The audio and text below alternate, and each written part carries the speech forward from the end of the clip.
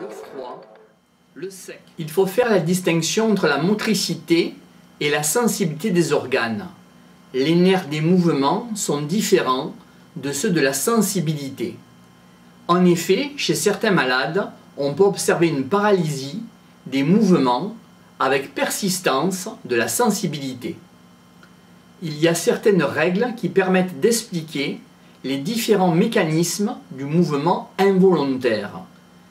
Il dit que le mouvement est d'autant plus autonome, d'autant plus automatique, qu'il est lié par le principe du plaisir et de la douleur. Autrement dit, il y aurait là deux tendances responsables des mouvements autonomes.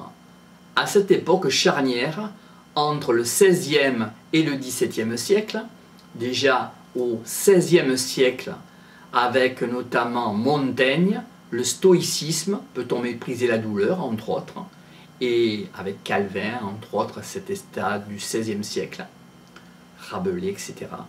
Et le XVIIe siècle, avec Descartes, Corneille, Pascal et Molière, entre autres, le XVIIe siècle, la partie charnière entre le XVIe et le XVIIe siècle, tous les éléments sont mis en place pour pouvoir faire évoluer la conceptualisation.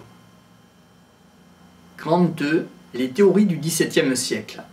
Deux personnages sont importants dans le domaine de la conceptualisation. René Descartes, connu comme philosophe, et Thomas Woolis. On distingue très bien les voies de la sensibilité et celles de la motricité. On distingue les esprits animaux des esprits vitaux, entre guillemets. Au XVIIe siècle, il n'est pas facile de connaître ces découvertes. À cette période, certains pouvoirs exercent sur les esprits, entre guillemets, pour développer des théories nouvelles. On va donc s'intéresser à cette théorie nouvelle, la circulation du sang. On va retenir certaines propositions et en rejeter d'autres. On ne peut expliquer le fonctionnement des organes que par une théorie mécanique. Bien sûr, il faut qu'il y ait des liens matériels entre les organes pour expliquer les phénomènes mécaniques, dira-t-on au XVIIe siècle. Lorsque des parties de notre corps sont offensées, elles n'obéissent plus à notre volonté. Donc l'âme, entre guillemets, ou l'esprit, ne peut provoquer aucun mouvement dans le corps, si les organes liés à ce mouvement n'y sont pas disposés. Autrement dit, quand le muscle ne fonctionne pas, c'est la machine qui est en panne. Ce n'est pas un problème de l'esprit ou de l'âme, c'est un problème mécanique. Au contraire, lorsque le corps et les organes sont disposés à effectuer des mouvements, il n'est pas besoin de l'esprit de l'âme pour les produire. Au XVIIe siècle. Par conséquent, tous les mouvements dépendent de notre pensée. Autrement dit, l'explication des mouvements involontaires et non volontaires, où la volonté n'intervient pas, c'est-à-dire veille, sommeil, respiration, entre autres, se fait par la non-intervention de l'esprit de l'âme. Pourtant, il y a des situations dans lesquelles cette théorie mécanique n'explique pas les mouvements involontaires ou non volontaires. Il y a un très grand nombre de mouvements qui correspondent aux réflexes. La définition d'un réflexe est la réponse à une forte excitation. Cette excitation peut être thermique, un choc, la lumière, etc. La modification du diamètre pupillaire, le clignement des yeux face à une menace, mouvement vif des paupières, sont des réflexes. L'esprit et l'âme n'interviennent pas dans ces mouvements. Descartes va lutter contre ces idées, contre les textes de la religion, et va devoir quitter la France pour rejoindre la Suède. En Suède, il va pratiquer beaucoup de dissection d'animaux, expérimentation et de dissection. Descartes va rédiger un traité, le traité de l'homme, où il explique entre autres le fonctionnement du corps humain. Ce traité achevé ne sera jamais publié. C'est probablement la croyance qui va l'empêcher de publier son traité. Dans ce traité de l'homme, il y a un certain nombre d'images. Dans le cerveau, il y a une zone particulière que Descartes va considérer comme le sensorium commun. Cette petite structure du cerveau, que l'on appelle actuellement l'épiphyse ou glande pinéale, parce qu'elle ressemble à une pomme de pin, a fait l'objet de toute l'intention de Descartes. Jusque-là, les théories prépondérantes étaient ici de l'Antiquité et considéraient, à l'exception de Galien, que le cerveau était essentiellement une éponge humide. Galien a pu répondre aux questions grâce à ses observations sur l'anatomie des animaux. Il va décrire les cavités du cerveau, les ventricules du cerveau.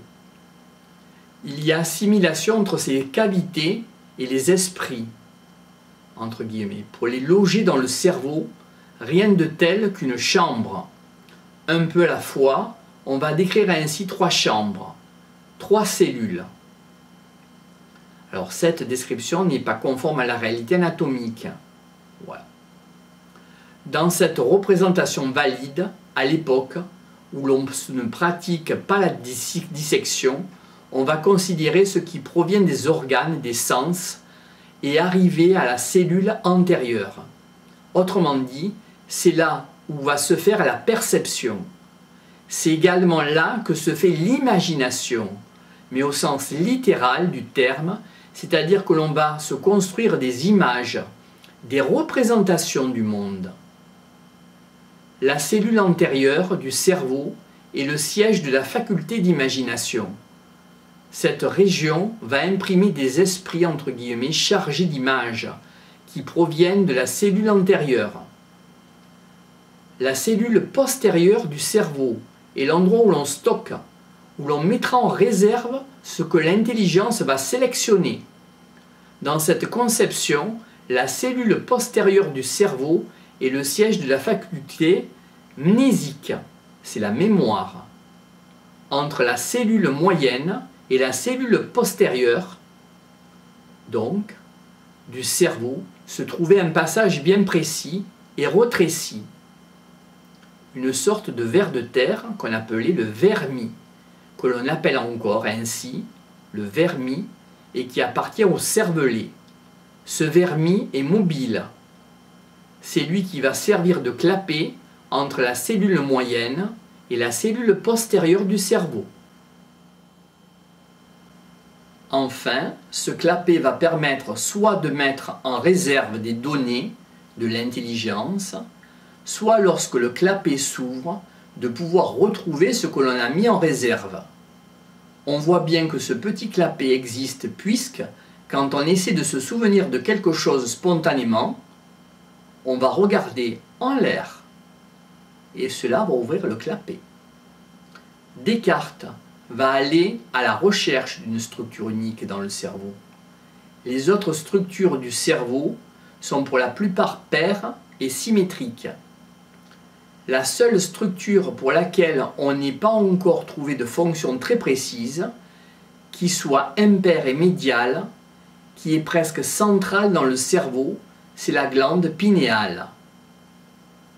C'est l'épise, et c'est la raison pour laquelle Descartes va s'attacher dans son système et faire renformer le siège entre guillemets de l'esprit et de l'âme.